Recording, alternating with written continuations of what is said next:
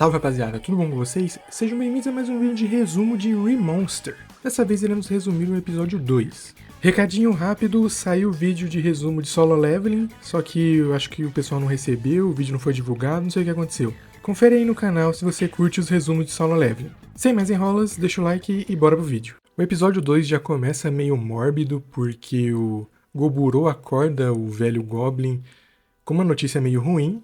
Ele acabou de descobrir que as humanas que estavam capturadas, elas tomaram um veneno e todas morreram. Elas já haviam perdido a esperança de serem salvas, né? E então, para fazer um enterro minimamente digno, o Goburo reúne todas elas em uma fogueira e taca fogo. Um tempo depois, o Goburo tá treinando os Goblins, né? Como foi pedido no episódio anterior por eles. E nesse meio tempo, ele derrotou várias outras criaturas e comeu elas, adquirindo novas skills, que a gente vai ver mais pra frente no vídeo. Bom, ao longe eles avistam um grupo de Robo-Goblins se aproximando, e aí o Goburo já fica em alerta, ele puxa suas espadas, só que daí o velho Goblin vem e fala que tá tudo bem, que aquele grupo faz parte do grupo deles, né? Faz parte ali da aldeia deles. Eles foram os Goblins que saíram ali, né, pra explorar, e voltaram só agora, são basicamente os pais deles. Bom, o grupo voltou com vários outros mantimentos, armas e com algumas humanas capturadas. Daí o Goburo revela uma informação que eu já tinha falado no vídeo anterior, de que os Goblins conseguem acasalar com outras espécies, né? Ele diz que entende o instinto dos Goblins, né, de se reproduzir para manter a sua espécie, mas não é porque ele entende que ele gosta daquilo. Bom, ele vai até o líder daquele grupo que acabou de chegar e pergunta se ele pode ficar responsável pelas humanas. O cara não gosta muito disso, tipo, um pirralho quer mandar em mim?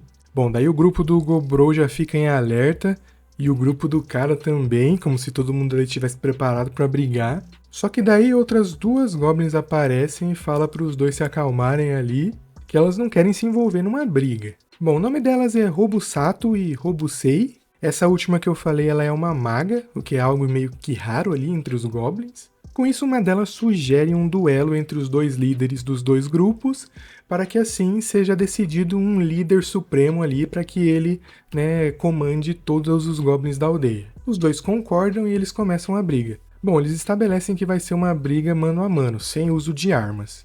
Bom, o Goburo debulha o cara, consegue resolver isso facinho. Ele aprendeu uma técnica nova de soltar teia pela mão depois que ele comeu uma aranha demoníaca.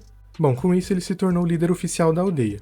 Ele pergunta se alguém tem alguma reclamação, mas ninguém fala nada. Bom, ele leva as garotas para dentro da caverna, ele desamarra todas elas e explica que ele não vai fazer nada com elas e já orientou os outros Goblins para não fazerem também. Ele fala que vai cuidar delas por um tempo até o momento que ele poder devolver elas para a sociedade humana. Daí, a garota ruiva pergunta o que elas têm que fazer em troca, porque obviamente ele não salvou elas só por salvar. O que ele quer é o conhecimento humano. Bom, ele deixa elas ali e vai embora.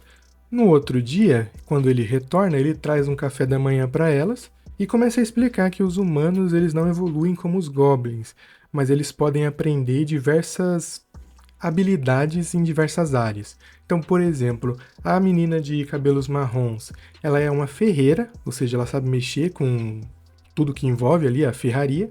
As irmãs loiras gêmeas, uma delas é cozinheira e a outra é alfaiate. A garota de óculos, ela é uma alquimista. E a menina ruiva, ela é uma aprendiz de guerreira. Bom, depois disso, elas conversam de boa com ele. Aparentemente não tem medo dele, né? E fica por isso mesmo. Mais tarde, o Goburo tá treinando os Goblins que chegaram, né? Os pais, entre muitas aspas, deles. Os caras parecem que não estão indo muito bem. Eles estão meio fora de forma. E eles não estão gostando do jeito que o Goburo tá tratando eles. Ele é bem incisivo, então se alguém não segue as regras dele, ele pune. É dessa forma que ele vem tratando o grupo dele. Bom, no próximo dia amanhece chovendo e o Goburo resolve fazer um duelo com o Gobukiti, só que dessa vez, diferente do duelo anterior deles, eles vão usar armas de verdade. Dá pra perceber uma clara evolução dos dois. Não é mostrado quem ganhou o duelo. Bom, à noite, o Goburo tá deitado na sua cama quando ele tem um mau pressentimento. Aquele grupo de Goblins que acabou de chegar estão na sala onde as garotas ficam mantidas. E vocês sabem o que eles vão fazer. Só que antes que eles pudessem realizar o ato deles, o Goburo chega e começa a puni-los. Com o barulho, as garotas acordam E o resto dos goblins vai checar o que tá acontecendo. O Gobrou pede pro Gubukiti levar esses caras pro lado de fora. E pede pra Gobumi reunir o grupo do lado de fora que ele tem algo a mostrar. Bom, basicamente ele vai utilizar o líder ali de exemplo. Então ele pega o cara, deixa ele amarrado e começa a socar ele sem parar. Depois que ele termina, ele pergunta se o pessoal entendeu a lição, mas todo mundo volta pra caverna. Bom, no dia seguinte o cara amanhece morto. Naquele dia o grupinho que a gente conhece sai pra caçar, só que agora tem um novo membro, que é a Gobue. Ela tá servindo mais como ajudante para carregar as bagagens. Eles encontram um unicórnio com 3 chifres, né, um tricórnio. Ao atirar uma flecha nele, eles percebem que ele possui uma escama em volta do corpo muito resistente. Então o Goburou e o Gobukiti vão atacar juntos. Com isso eles conseguem derrotar o tricórnio. Após isso eles começam a comer o bicho e o Gobrou adquire algumas skills. São elas a escamação, relincho de cavalo escamado, cura acelerada, proficiência em chutes, aprimoramento em investida e estocada tripla. Esse último é um golpe muito interessante, porque o Gobrou faz só um movimento com a espada, mas o impacto que aparece na árvore são como se ele tivesse dado 3 estocadas. Bom, uma certa noite o Gobrou está deitado na cama dele, quando a menina ruiva se aproxima e deita ao lado dele. Ele não faz nada e deixa ela dormir ali. No dia seguinte, ele amanhece com dor nos braços, porque além da menina ruiva ter dormido em cima de um deles, do outro lado a Gobumi também dormiu. Ela foi deitar com ele no meio da noite sem que ele percebesse. Com isso ele ficou com dor o resto do dia. Naquele mesmo dia, quando eles encontram a Gobue, ela tinha evoluído para um Hobgoblin, assim como eles. Com isso, o Goburou definiu capitães para fazer uma equipe. O Gubukiti seria o capitão responsável pelos guerreiros que utilizam armas pesadas. A Gobumi seria a capitã da unidade que utiliza armas de longo alcance. A Robusato seria a responsável pelo grupo que utiliza armas leves. A Gobue fica responsável pelo grupo que faz tarefas diversas, tipo coleta. E a Robusei seria a capitã do grupo de magia, só que por enquanto ela é o único membro do grupo. Após ter estabelecido esses grupos, o Goburou resolve explorar a floresta. Ele anda um pouco e encontra novamente um tricórnio, só que dessa vez ele resolve testar uma magia nova que ele adquiriu, uma espécie de lança de luz. Ele cria ela e joga no bicho, arrancando sua cabeça. Com isso nós percebemos que essa magia é realmente poderosa. Bom, o dia vai passando, ele vai continuando explorando a floresta até que ele encontra um rastro de sangue. E ele se lembra de uma coisa que o velho Goblin falou para ele quando eles ainda eram crianças. Ele diz que os Goblins não podem ir para a Floresta do Norte, porque lá existe um urso vermelho muito poderoso e perigoso. Ao seguir o rastro de sangue, o Goburou encontra esse urso vermelho. Só que em vez de fugir, o que qualquer pessoa sensata faria, ele resolve enfrentar esse bicho porque ele quer comer ele. Bom, a gente corta pra caverna, a Gobumi ela tá meio preocupada porque o Goburou não voltou até agora e não disse aonde ia. Ela pede pra Gobue perguntar para os outros membros se eles viram o Goburou.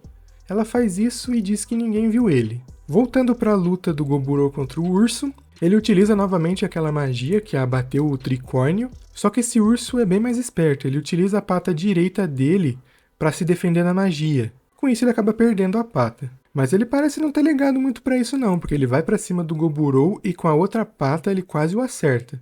O Goburou percebe que o bicho tem umas garras muito poderosas, e que se aquilo acertar ele, nem esse poder que ele adquiriu recentemente das escamas aprimoradas vai salvar ele.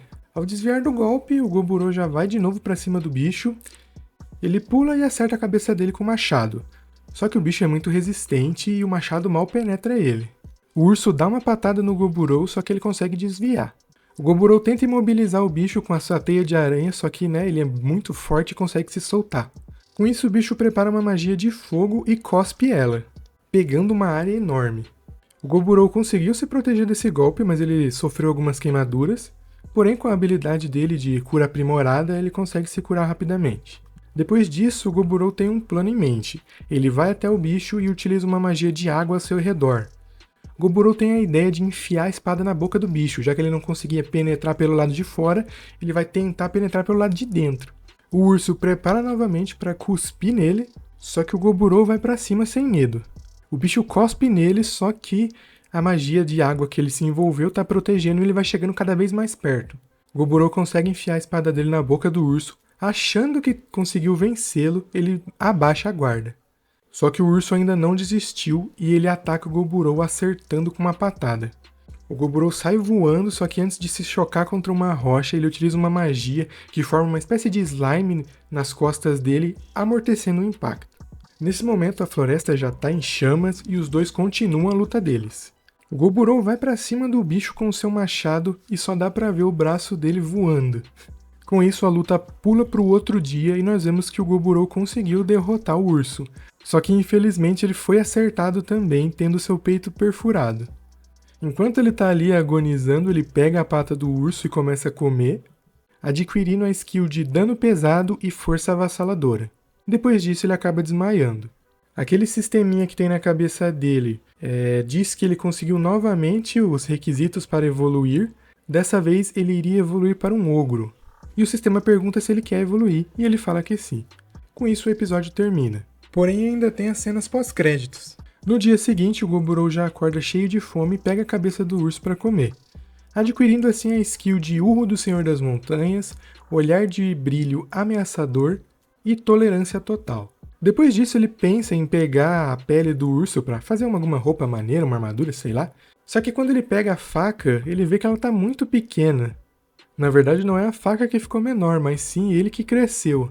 Depois disso, ele retorna para casa e o pessoal já fica desesperado porque ninguém reconhece ele e acha que estão sendo atacados. Só que daí a Gobumi aparece e reconhece ele. Ela dá um esporro nele e o pessoal fica impressionado porque em apenas um mês ele conseguiu evoluir para um ogro. Bom, com isso o episódio termina. Bom, esse foi o resumo do episódio 2 de Remonster. O que vocês acharam? Nesse episódio nós vimos que o Goburou ele tem um senso ético, né?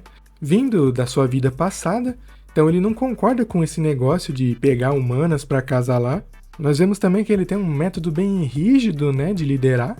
E outra coisa legal é que todo episódio vem apresentando um inimigo mais forte e mostrando como o Goburou vai evoluindo, né? Eu acho que esse é o último episódio onde ele vai evoluir de forma, ou pelo menos ele vai ficar nessa forma um bom tempo. Com isso eu acho que o anime agora vai dar foco nos outros personagens. Eu tô gostando do anime, vou continuar trazendo, espero que vocês também estejam gostando. Se tiver alguma sugestão, comenta aí pra mim. Então é isso, até a próxima, tchau!